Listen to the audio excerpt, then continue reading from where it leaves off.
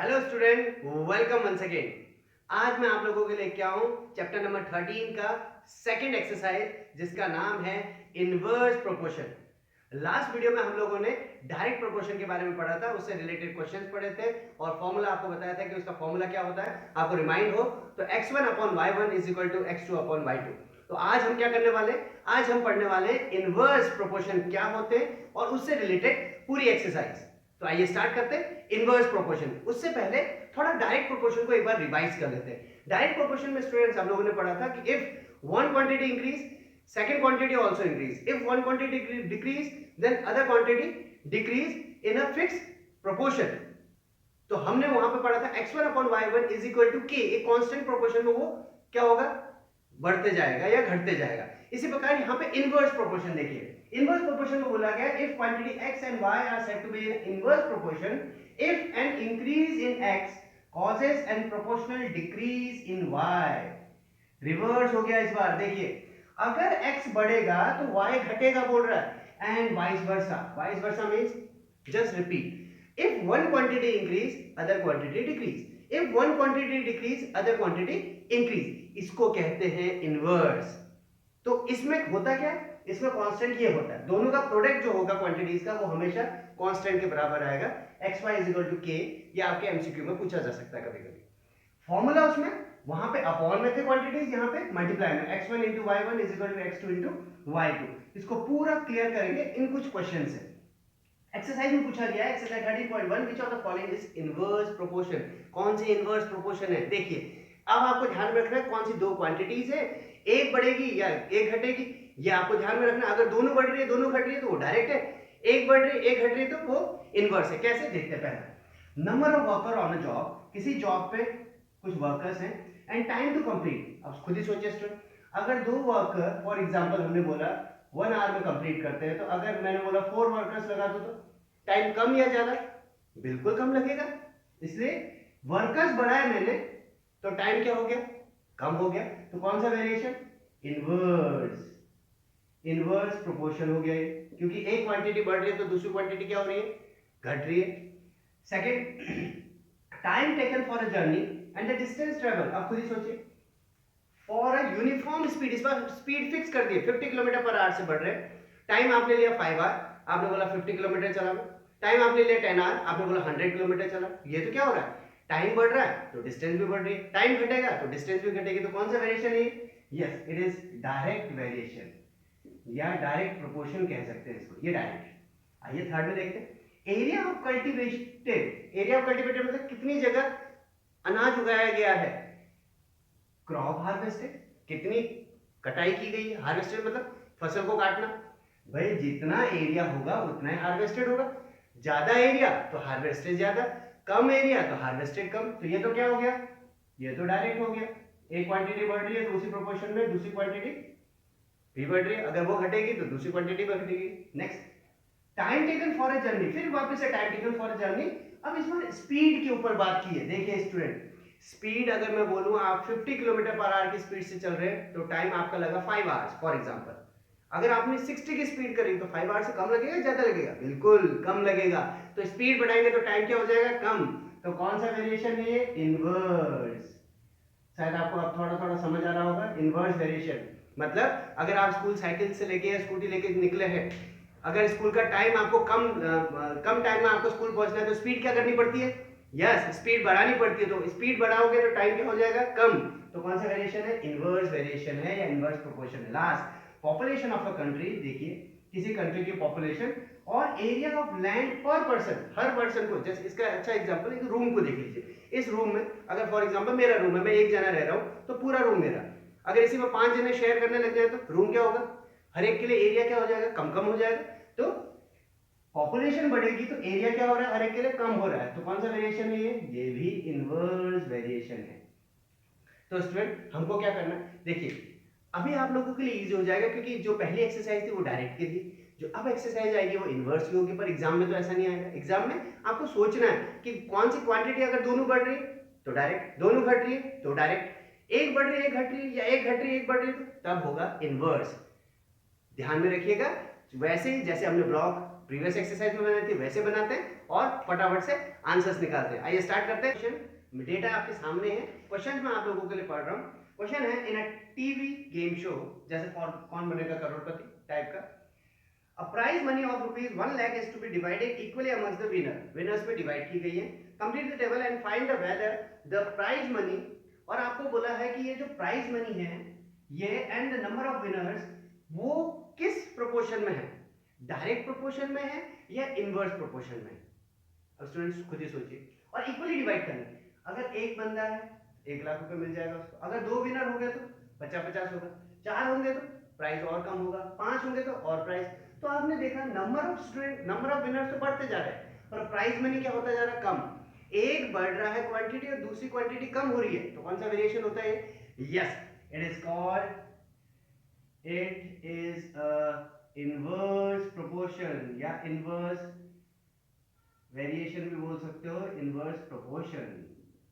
क्या है? Inverse proportion है। तो हम सब जगह क्या लगाएंगे? वैल्यूज। यहाँ पे फॉर एग्जांपल जैसे हमने वहां पे किया था, this is x, this is y, this is our, for example this is your x1, this is your y1, this is your x2, this is your y2। आपको फाइंड y2 करना है। तो इसी प्रकार से हम आगे बढ़ते जाएंगे। तो सबसे पहले हम पहला वाला इन दोनों को ले लेते हैं। देखिए student, 1 x1 into y1 is equal to x2 into y2। पहला पार्ट कर रहे हैं। x1 कितना? 1 into 1 lakh is equal to 4 into y2। तो student 1 lakh divided by 4 is equal to y2 कितना हो जाएगा? यस, 25,000। सो पर पर्सन को कितना मिलेगा? 25,000। ये आ गया y2 25,000। इसको y3 मान लीजिए, ये y4 है, ये y5 है, ये y6 है। सेम वैसे करते जाएंगे। सेकंड पार्ट देख लीजिए। सेकंड पार्ट क्या है? x1 y1 is equal to x3 y3, this is x3। इसको और फर्स्ट और थर्ड वाले को ले लीजिए। x1 1 इंटू 1 लाख, सेम तरीके से करते जाएंगे।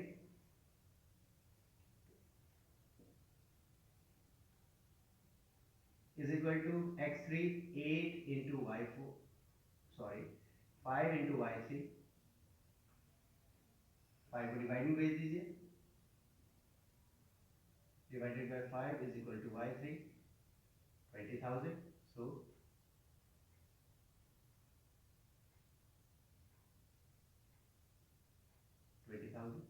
$20,000 is the price distributed between 5 person। देख लीजिए। अब 8 वाले पे कर लेते हैं। सी पार्ट देख लीजिए, x1 y1, आप किसी पार्ट को भी ले सकते हैं स्टूडेंट, कोई जरूरी नहीं कि ये और ये ले रहा हूं मैं, आप इन दोनों को भी लेके कर सकते हैं, किसी को भी लेके कर सकते हैं। अब x1 y x4 y4, x4 y4 ये लीजिए, ये x4 है, x4 y4 मल्टीप्लाई कीजिए x1, फिर again 1 lakh is equal to x4 8 into y4। ये लीजिए student, 1 lakh divided by 8 is equal to y4। 8 से डिवाइड करेंगे तो कितना आएगा? 8 1 जा 8, 2 8 2 जा 16, 8 5 जा 40, 12,500। So y4 is equal to 12,500. Per person will get 12,500 rupees. Next 10 वर्ग D देख लीजिए कितना है? x1 y1 is equal to x5 y5, 1 into 1 lakh is equal to x5 is your 10 into y5। 10 से डिवाइड करेंगे स्टूडेंट तो 10,000 rupees आ जाएगा। करके देख लेते हैं। 10 is equal to y5, 0 0 cancel, 10,000 y5। So if winners are 10, then each winner will get 10,000। Last वाला student आप लोगों के लिए करके बताइए, if the winners are 12, then how much money will each winner will get, and comment section में करके बताइए कि ई वाले का आंसर क्या है। तो आपने स्टूडेंट देखा इसमें प्राइस विनर्स बढ़ रहे हैं तो प्राइस मनी क्या होता जा रहा है, पर विनर कम होता जा रहा है हर स्टेप में। इसको कहते हैं इनवर्स प्रोपोर्शन। थर्ड क्वेश्चन की ओर को, थर्ड क्वेश्चन में आपके लिए रीड आउट कर रहा हूं, बाकी डेटा मैंने सामने लिखा हुआ है। Rahman is making a wheel using spokes. Spokes आपने वो तारे देखी होंगी, ये रही। जो ये वाली तारें हैं, स्पोक्स का यूज कर रहा है वो। He want to fix equal spokes in such a way that the angle between any pair of consecutive spokes are equal.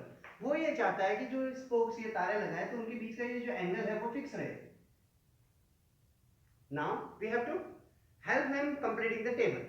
Table को कंप्लीट करने में उसकी हेल्प करो। फॉर एग्जांपल अगर 4 स्पोक्स लगा रहा है तो हर एक के बीच में कितना एंगल है 90। 6 स्पोक्स लगा रहा है तो कितने 60 डिग्री आ रहा है हर एक। 8 लगाएगा, 10 लगाएगा, 12 लगाएगा, तो आपको बताना है कि कितने एंगल होंगे स्पोक्स के, कंसेक्यूटिव स्पोक्स के बीच में। तो हमने देखा, देखो स्टूडेंट, स्पोक्स का नंबर बढ़ते जा रहा है तो एंगल क्या होता जाएगा, कम होता जाएगा। देखिए, तो इसका मतलब कौन सा वेरिएशन है? Yes, it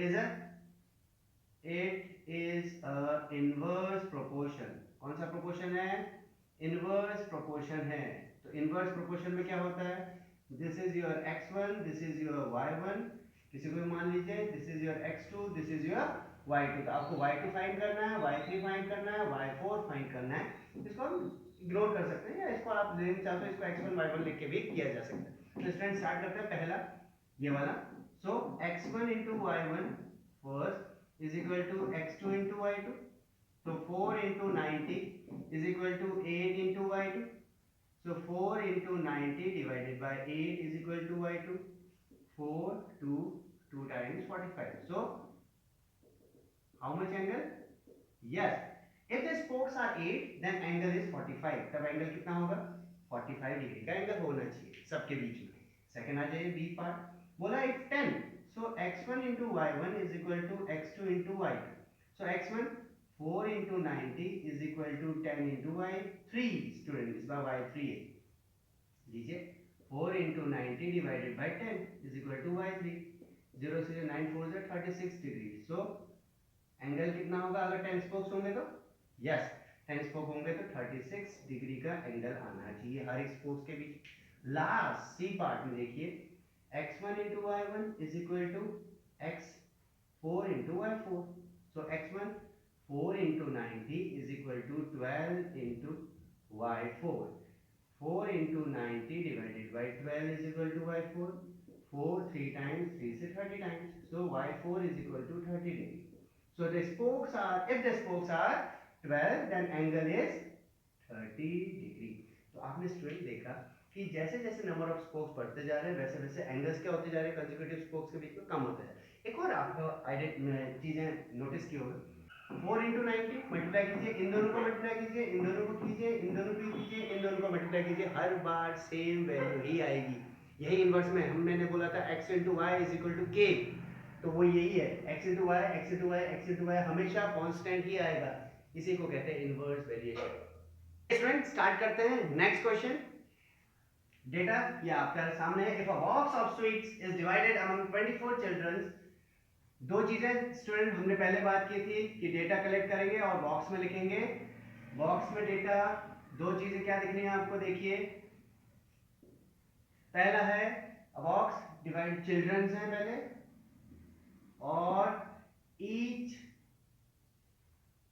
children get sweet। कितनी मिठाइयां मिलेंगी हर बच्चे को, ये देख रहे हैं। तो देखते हैं कितने बच्चे, 24 स्टूडेंट्स हैं, कितनी मिठाइयों के टुकड़े मिल रहे हैं, 5 पीसेस हर एक को मिल रहे हैं। How many would each get if the number of children is reduced by 4। Reduce मतलब कम हो गए स्टूडेंट, 4 बचे नहीं, 4 कम हो गए, तो कितने बच गए? यस स्टूडेंट, यहाँ पे गलती होती है, आप स्टूडेंट 4 लिख देते हैं, 4 बच्चे बचे, नहीं 4 रिड्यूस हुए, 4 बच्चे का। तो बताइए, खुद ही सोचिए स्टूडेंट, अगर बच्चे कम तो मिठाई हर एक को क्या मिलेगी? ज्यादा मिलेगी। घरों में भी होता था पुराने समय में, ठीक है, जब हमारे घर पे पिताजी कोई मिठाई लेके आते थे या कोई रिलेटिव्स लेके आते थे, अगर कम पर्सन्स है घर पे तो हर एक को ज्यादा मिलती थी, और अगर ज्यादा है तो हर एक को कम मिलेगी। वही ना सेम, देखिए 24 स्टूडेंट है तो 5 मिल रहा है, 20 स्टूडेंट तो क्या मिलेगा? ज्यादा। तो हमने देखा कि स्टूडेंट्स तो हो रहे हैं कम, तो स्वीट्स क्या हो रहे हैं? ज्यादा। तो कौन सा वेरिएशन है? It is a inverse variation, inverse proportion. Same inverse proportion में this is x, this is y, जैसे हमने डायरेक्ट में किया था, this is x1, this is y1, this is your x2, this is your y2। Formula लिख लीजिए, x1 y1 is equal to x2 y2। 24 into 5 is equal to 20 into y2। 24 into 5 divided by 20 is equal to y2. 5 4 4 से 6, so y2 is equal to 6. so कितनी sweets मिलेंगी हर students, her children को? अगर 20 student हो गए तो 6 sweets मिलेगी। बिल्कुल सही है, आ जाइए बिल्कुल फटाफट से नेक्स्ट। इसमें भी हम फटाफट से एक डेटा बनाते हैं, चार्ट बनाते हैं, देखते हैं क्या क्या गिवन है और किसके बारे में गिवन है। A farmer has enough food for feed 20 animals. Yes, 20 animals को फीड करने के लिए उसके बाद 6 दिन के लिए खाना है। तो क्या दो डेटा हो गए स्टूडेंट? एनिमल्स, एक तो एनिमल्स हो गए और नंबर ऑफ डेज। एनिमल्स कितने हैं? 20 एनिमल्स, 6 डेज के लिए उनके पास खाना है। how long would the food last if there are 10 more animals? मतलब 10 और प्लस कर दो, 30 दिन। तो कितने दिन तक का खाना है स्टूडेंट? सिंपल सी बात है, देखिए 20 जानवर है, 6 दिन का खाना, 20 जानवर 6 दिन का खाना। जानवर बढ़ गए तो खाना क्या हो जाएगा? कम दिन ही चलेगा। तो कौन सा वेरिएशन है? Yes, it is again inverse variation या इनवर्स प्रोपोर्शन बोल सकते हैं इसको। इनवर्स प्रोपोर्शन का formula x1 y1 is equal to x2 y2 लगा लीजिए। 20 into 6 is equal to 30 into y2।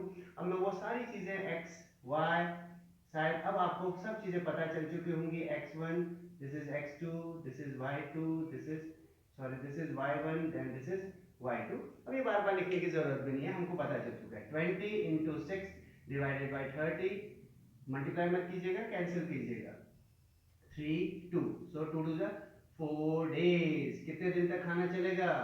Yes, only for 4 days the food will last in his cattle। ये रहा सिंपल, देख रहे हैं आप लोग।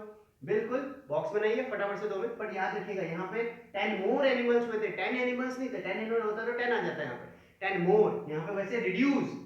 ये वर्ड्स ध्यान में रखिएगा। आइए नेक्स्ट क्वेश्चन स्टार्ट करते हैं। पहला क्वेश्चन है क्वेश्चन नंबर 6। सॉल्यूशन देख लीजिए इसका। पहले क्वेश्चन पढ़ते हैं आराम से। अ कॉन्ट्रैक्टर एस्टिमेट दैट 3% कितने परसेंट है? 3% can rewire Jasvinder house in 4 days.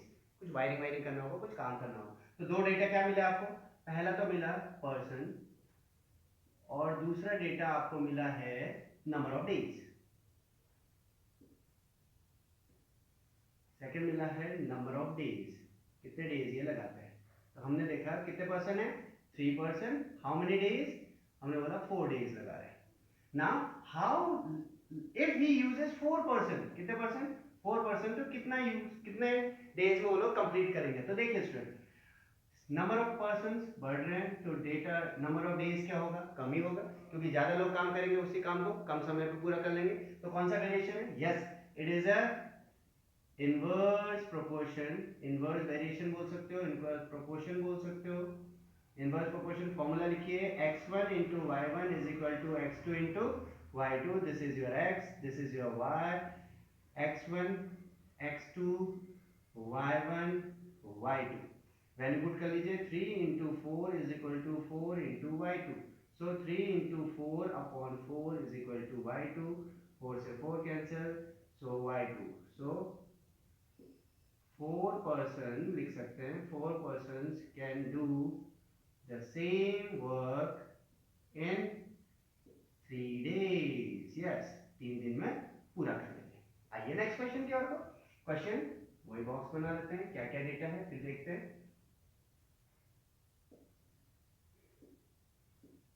आइए, a batch of bottles were packed in 25 boxes।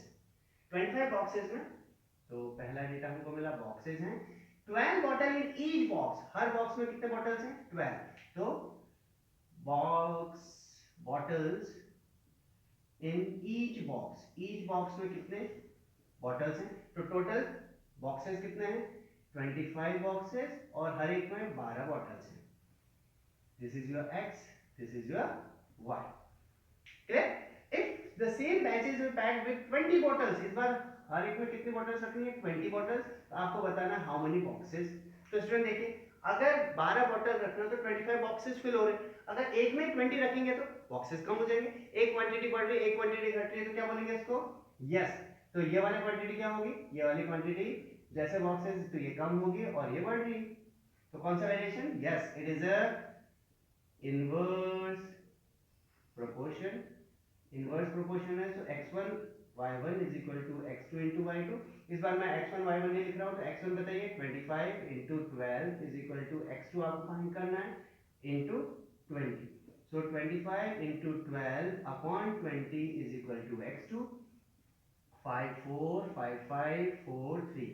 So x2 is equal to 15 boxes. कितने बॉक्सेस लगेंगे आप लोगों को? 15 boxes we need when each box contain 12 bottles. आइए student start करते हैं क्वेश्चन नंबर 8 और क्वेश्चन नंबर 9। आइए क्वेश्चन नंबर 8, क्वेश्चन नंबर 8 को बोल रहा है factory require 42 machines to complete and given project या given number of articles in 63 days. So student आपको पता चल गया होगा, दो, एक तो डेटा है मशीन्स का और एक डेट्स का। तो लिख लेते हैं number of machines, number of machines और नंबर ऑफ डेज। तो नंबर ऑफ मशीन्स कितनी है? 42 मशीन्स हैं। कितने डेज में पूरा कर रही है? 63 डेज में पूरा। How many machines would be required if they produce same number of articles in 54 days? लीजिए डेज कम कर दिए भाई, डेज कम हो गए तो मशीन्स क्या करनी पड़ेंगी? बढ़ानी पड़ेंगी। बिल्कुल, x1 x2 आपको क्या करना पड़ेगा? बढ़ाना पड़ेगा, तभी तो आर्टिकल्स क्या होंगे? कंप्लीट टाइम में, उसी टाइम में कंप्लीट होंगे। तो कौन सा वेरिएशन है student? Yes, it is a inverse variation, inverse proportion. Formula x1 y1 is equal to x2 y2। 42 into 63 is equal to x2 into 54. Yes, 42 into 63 divided by 54 is equal to x2। 6 9 से कर लीजिए, 9 7 जा 63, 9 6 जा 54, 6 7 जा 42, 7 7 जा 49 machines are required to make the same project in a fixed time। ये रहा 49 machines आपको रिक्वायर्ड होंगी, machines बढ़ गई हैं स्टूडेंट। आइए next, a car takes 2 hours to reach the destination। कितना टाइम? 2 hours। तो एक तो हमको मिल गया टाइम, टाइम एक क्वांटिटी है और दूसरी क्वांटिटी स्पीड। लीजिए स्पीड है, टाइम किस में है? आवर्स में है, स्पीड किस में है? किलोमीटर पर आवर में। बिल्कुल सही है, कोई यूनिट का कोई दिक्कत नहीं। तो कितना घंटे? 2 घंटे ले रही है, जब स्पीड कितनी होगी? 60। अगर स्पीड 80 कर दी जाए, खुद ही बताइए स्टूडेंट, वो स्कूल वाला याद कीजिए, साइकिल तेज से चला रहे हो तो टाइम क्या हो जाएगा? कम। यस, टाइम आपको फाइंड आउट करना है। तो ये तो बढ़ गया, तो ये क्या होगा? कम होगा। This is your x1, this is your x2, this is your y1, this is your y2, this is your x and this is your y। So कौन सा वेरिएशन है? It is a inverse variation, inverse proportion है ये, inverse variation है। x1 y1 is equal to x2 y2। x1 2 into 60 is equal to x2 into 80। So student 2 into 60 divided by 80 is equal to x2। सो 0 से 0 cancel कर लेते हैं, 2 से 4, 2 3, 3 by 2 means 1.5 hours। सो कितने time में? 1.5 hours में वो क्या कर लेगी? अपनी जर्नी कंप्लीट कर लेगी। देखा, स्पीड बढ़ी तो टाइम क्या हो गया? कम। कौन सा वेरिएशन? Inverse variation. आइए स्टूडेंट, लास्ट 2 क्वेश्चन इस एक्सरसाइज के, इसके बाद ये चैप्टर पूरा कंप्लीट हो जाएगा। तो आइए स्टार्ट करते हैं। Second last question, question number 10। 2% could fit a new window in 3 days। कितने पर्सन हैं? 2%, 3 days। बना लेते हैं फटाफट से। लीजिए student, how many person? Yes, persons और डेज। पर्सन्स आपके पास हैं, this is x, this is y।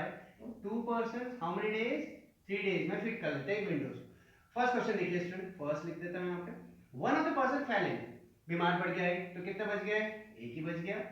एक आदमी कितने दिन में कंप्लीट करेगा? फर्स्ट क्वेश्चन ये है। And how many person will be needed if the window has to fill in 1 day. पहले हम फर्स्ट पार्ट करते हैं, फिर सेकंड पार्ट पाते हैं। पहले फर्स्ट पार्ट में देखिए स्टूडेंट, अगर नंबर ऑफ पर्सन कम हो गए तो टाइम क्या लग जाएगा? ज्यादा लग जाएगा। So it is a inverse proportion. Inverse proportion है फर्स्ट पार्ट। इनवर्स प्रोपोर्शन है तो formula x1y1 is equal to x2y2, 2 into 3 is equal to 1 into y2, ये y2 आपको फाइंड आउट करना है, बाकी सब चीजें नहीं लिख रहा हूं मैं। 6 is equal to y2, so how many days? 6 days are needed to fit window by one person। एक पर्सन कितना टाइम लेगा? 6 दिन लेगा। आज ये सेकंड पार्ट में देखिए, यहाँ पे इसको लिख लेते हैं x3 मान लेते हैं। वापस से देखिए, दो तीन जने थे, अब एक दिन कम हो गए तो पर्सन को क्या करना पड़ेगा? बढ़ाना पड़ेगा। कौन सा वेरिएशन ये भी? Again second part, it is inverse variation या इनवर्स प्रोपोर्शन कर लीजिए। सो x1 y1 is equal to x3 y3, इसको y3 ले लीजिए, ये x2 ले लीजिए, ये x1, ये y1। So 2 into 3 is equal to x3 into 1, so 6 कितने पर्सन? 6 पर्सन की जरूरत पड़ेगी अगर विंडो को एक ही दिन में कंप्लीट करना है।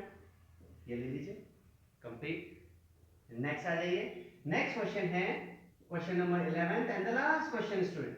क्या बोला? School has 8 period of each 45 minutes. हम लोगों ने भी पढ़ा, आप लोगों भी स्कूल्स में, तो अगर आपके 8 पीरियड्स है तो हर पीरियड कितने का? 45 मिनट्स का है। तो डेटा बना लेते हैं। तो दो डेटा क्या क्या दे रखे हैं आपको? नंबर 1, पहला डेटा आपका है कि पीरियड्स, नंबर ऑफ पीरियड्स कितने हैं, और each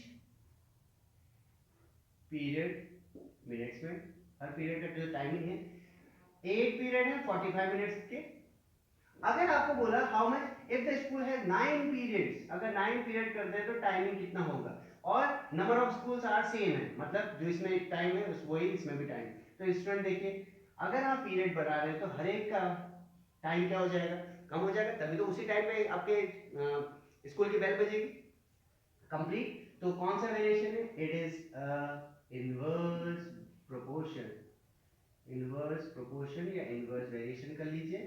x1 y1 is equal to x2 y2, x1 y1 x2 y2, 8 into 45 is equal to 9 into y2, 8 into 45 upon 9 is equal to y2, 9 5 8 5 is 40 minutes. तो हर period कितने minute का हो जाएगा?